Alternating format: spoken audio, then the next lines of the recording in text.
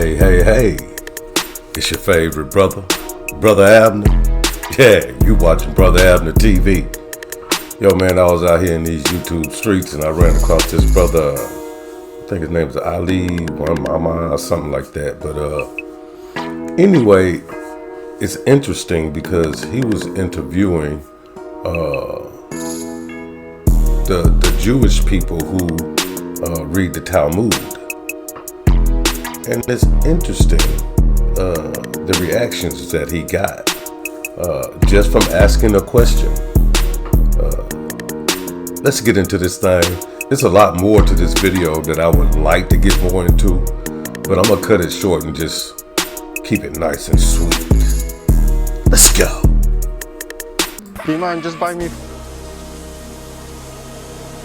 The revolution about to be televised. You picked the right time, but the wrong guy. Someone better squabble up. And just buy me food from the Sinisbury? No money, just food. Shabbos. Oh, okay. Sorry. Thank you, guys. Have a good day. Guys, today we are locked up in a Jewish town. And guess what? We're going to be social experiment with Jewish people. Basically, I'm going to be asking Jewish people if they can help me with food to see if they are generous or maybe if they are kind. So you like, comment, share. If you're not subscribed to my YouTube channel, subscribe. Guys, I'm your brother in humanity. I'm in a medic at the moment. No Jews carry any man. Do you mind, can you tell me about that, please? So, they won't on Saturday, no? Okay, thank you guys. Have a good day. God bless you. Guys, do you mind help me with food, please? No? So the thing with that analogy is this, right? The Messiah did a good deed on the Sabbath. Yeah, you're not supposed to buy, you're not supposed to sell, you're not supposed to cook, boil water on the Sabbath day. It says nothing about not giving money to help someone who is in need on the Sabbath. Let's go. For God's sake, God will help you. No? Guys, sorry to bother you. Do you mind just buy me food from there, please? For God's sake, God will help you. No? Thank you, guys. Have a good day. The book of Revelation, chapter 2, verse 9. For I know thy works, tribulation and poverty, but thou art rich. Hey, hold up now. You ain't just gonna pass by that. So the scripture says, I know thou art in poverty, but thou art rich. And I know the iniquity of those who say they are Jews. So how can you be in poverty and rich at the same time? If you don't know the understanding of that thing right there, you better get it. Let's go. Revelation chapter 2, verse 9, Jesus continues his message to the church in Smyrna. And he says this, I know your afflictions and your poverty, yet you're rich. Okay, they were in tough times, but they were rich because they were people of faith. I know the slander of those who say they are Jews and are not, but are a synagogue of Satan. There were people who said they were serious God people, Christ followers probably, and he calls them a synagogue of Satan. There are always those who propagate evil, and they afflict the authentic church. So hang on to that, understand that the authentic church gets afflicted by the synagogue of Satan, people who really are sold out to Satan. Look out for them. That's what the folks in Smyrna were doing. And just buy me food from there, please. No cash. Okay. Okay, so on Saturday you don't carry cash. Don't even touch an extra nothing. Okay. Sorry. Thank you, brother. Have a good day, yeah? It's something to do with their religion, with Judaism. It's religiously, it's something to do with their religion, with Judaism. Revelation chapter 3 verse 9. Behold, I will make them of the synagogue of Satan, which say they are Jews, and are not, but do lie. Behold, I will make them to come and worship before thy feet, and to know that I have loved thee. Revelation chapter 3 verse 9. Okay. And the Lord shall bring thee into Egypt, and the Lord shall bring thee into Egypt again with ships. By the way whereof I spake unto thee, thou shalt see it no more again. And there ye shall be sold unto your enemies for bondmen and bondwomen, and no man shall buy you. The passage, and the Lord shall bring thee into Egypt again with ships, warns that the Israelites will face a return to bondage, reminiscent of their ancient experience in Mizraim. This consequence is attributed to the violation of God's law, resulting in a curse upon the nation that will endure for generations. The phrase, bring thee into Egypt again with ships, introduces a mode of transportation that the Israelites will undergo. Instead of journeying to the land of their captivity by foot, they will be transported on cargo slave ships.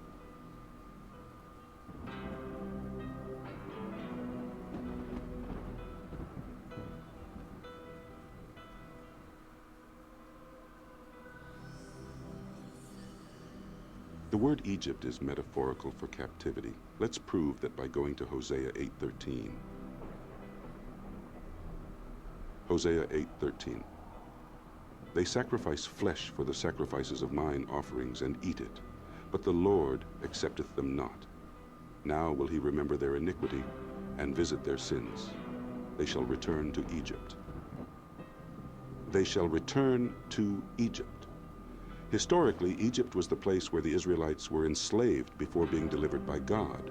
Therefore, in the prophetic and poetic language of the Bible, returning to Egypt often symbolizes a return to a state of bondage or subjugation.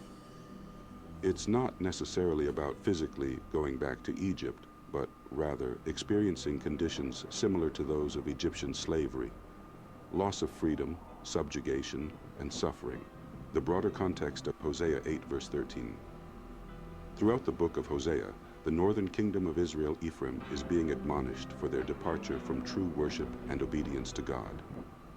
The warning of returning to Egypt in this verse serves as a metaphorical punishment for their sins, signifying that their disobedience would lead them back into a state of oppression, much like their ancestors experienced in Egypt. In summary, in Hosea 8:13, Egypt metaphorically represents a state of captivity or oppression, symbolizing the consequences of Israel's sins and their departure from God's covenant.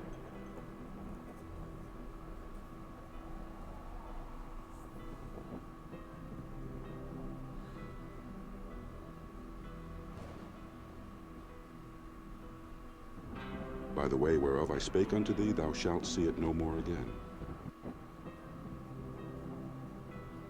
In the context of Deuteronomy 28:68, the second line emphasizes that God had previously promised that the Israelites would not experience bondage in Mizraim a second time under the Egyptian pharaohs after their exodus. This assurance meant that they were not supposed to return to that type of bondage. However, this part of the verse serves as a reminder of that promise and an indication of how dire their situation would become if they abandoned God's laws. The warning suggests that a breach of God's commandments could lead them to a form of bondage, similar to what they had been delivered from, emphasizing the importance of adherence to divine guidance. And there ye shall be sold unto your enemies for bondmen and bondwomen. And there ye shall be sold unto your enemies for bondmen and bondwomen. Any nation involved in enslaving the Israelites is considered an enemy of God, even though they are used as instruments of oppression. The use of the future tense, shall be sold, indicates a prophecy of what will happen if the Israelites disobey God. Bondmen and bondwomen refer to male and female Israelite slaves, respectively, signifying a total loss of freedom and regression to their former state before the deliverance by God. The curse of the Israelites in Deuteronomy 28 will extend to their great-grandchildren, persisting until death. They will be born under conditions that snare and trap them, making survival a constant struggle for success in captivity.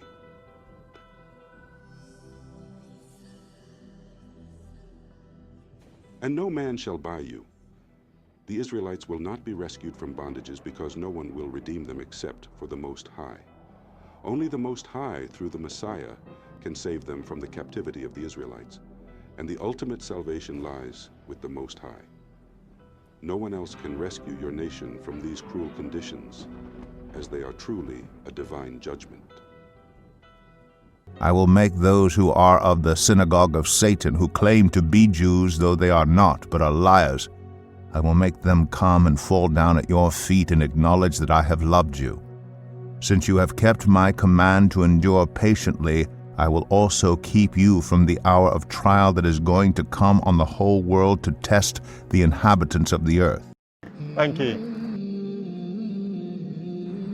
Brother, do you mind just buy me food? No? For today, we don't have money on it. Today you don't take money today. Yes, please, do you mind just buy me food from there, please? I'm very hungry. For God's sake, God will help you. Huh? No? France. God will help you, please, guys. I'm in a medic issue, that's why. I have a medic issue.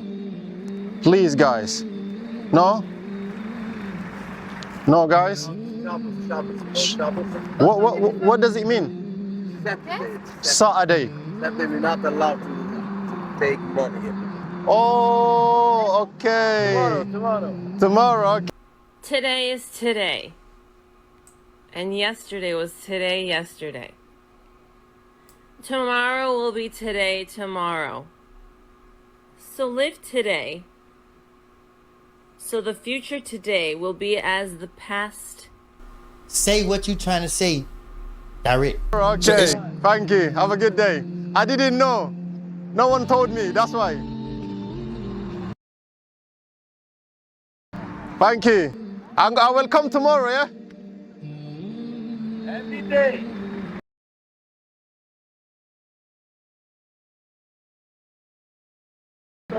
But not Saturday. Okay. But, okay. Thank you, brother.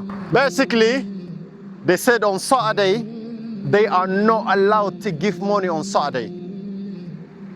I don't know, you guys let me know, but they said they are not allowed to give charity or to help. Even if I'm dying in front of them, they are not allowed to give charity on Saturday. The revelation of Jesus Christ, which God gave unto him, to show unto his servants things which must shortly come to pass. Blessed is he that hear the words of this prophecy, and keep those things which are written therein, for the time is at hand. Behold, he cometh with clouds, and every eye shall see him, and they also which pierced him, and all kindreds of the earth shall wail because of him. Even so, Amen. I am Alpha and Omega, the beginning and the ending, saith the Lord, which is, and which was, and which is to come, the Almighty. I know thy works, and tribulation, and poverty, but thou art rich, and I know the blasphemy of them which say they are Jews, and are not, but are the synagogue of Satan. Synagogue of Satan. Synagogue of Satan. Synagogue of Satan. The revelation of Jesus Christ. Okay. He ain't just gonna pass by that like we just didn't see that, right? So let's read this Revelations 2:9-9. And it reads, I know thy works, and tribulations, and poverty. So you're working, you got tribulations, and you're still in poverty. But thou art rich. He said, but we rich. I know why we rich. Y'all need to find out why we rich. And it continues to read, and I know the blasphemy, the lies of them which say they are Jews and are not, but are the synagogue of Satan. Let's go. It's religiously, it's something to do with their religion, with Judaism. It's religiously, it's something to do with their religion, with Judaism. If you know anything about Judaism, you would know that the true Israelites don't have nothing to do with any type of religion. It's a lifestyle. It's a culture. Has nothing to do with any type of man-made religion. Let's go. Hey, You're not allowed to carry money. No, I don't have nothing. Not wallet, not phone, not nothing. so you're not allowed to carry money on Saturday? Nothing. Saturday. Okay. Nothing. Even my personal belong, nothing. Like Nothing. How about food? You eat food at home, but you only home. only home. Yeah. Sorry about it. No, because we're making social experiment with people. Yeah. So I asked many Jewish, and they said we're not allowed to. Saturday, no. No. Sunday, Okay. I'm happy to give. Always give. Okay. So if I see you on Sunday, you give. But Saturday, If I have enough money, you will give. But Saturday, you don't Saturday, do we're not that. allowed to carry money. We're not allowed Okay. even for ourselves. Wow. If I don't have money, if I don't have food home, Yes. I'm not allowed to go. You're not allowed. Wishing Okay. you all the best. No problem. Thank you. Thank you, my brother. God bless you. What's your name? Chaim. Chaim. Yeah. You've been on our camera. That's why I want you to explain, because we do social experiment. And today, people on my platform, they ask me try Jewish people. So today we're trying you. Saturday, it's not so smart to ask. Okay, I didn't know. That's why it's good. Now at least I learned something about you. Yeah. Thank you, guys. God bless you.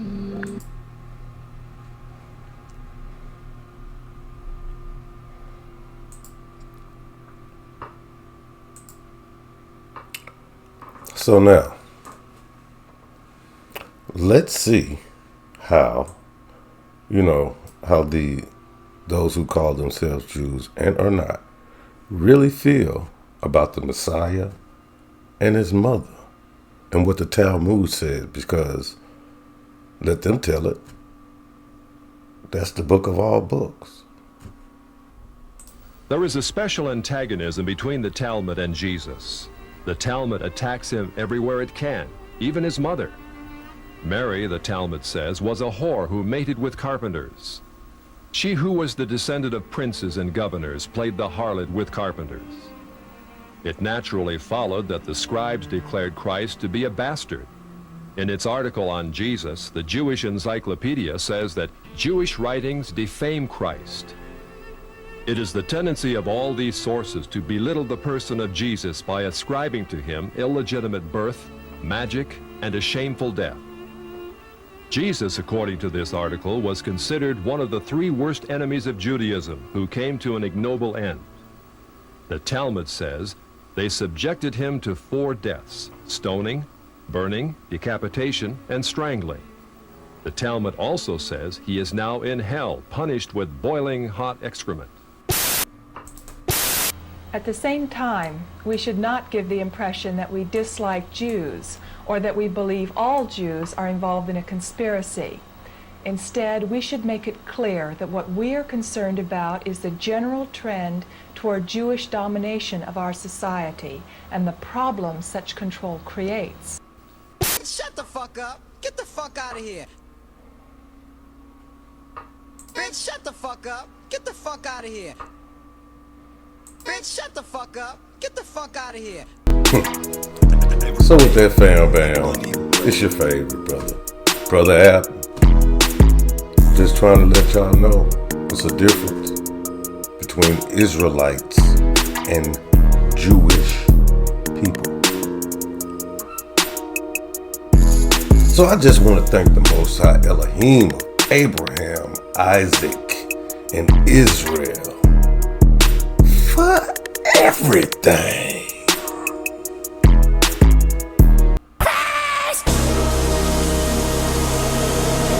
The revolution about to be televised. You picked the right time, but the wrong guy. Someone better squabble.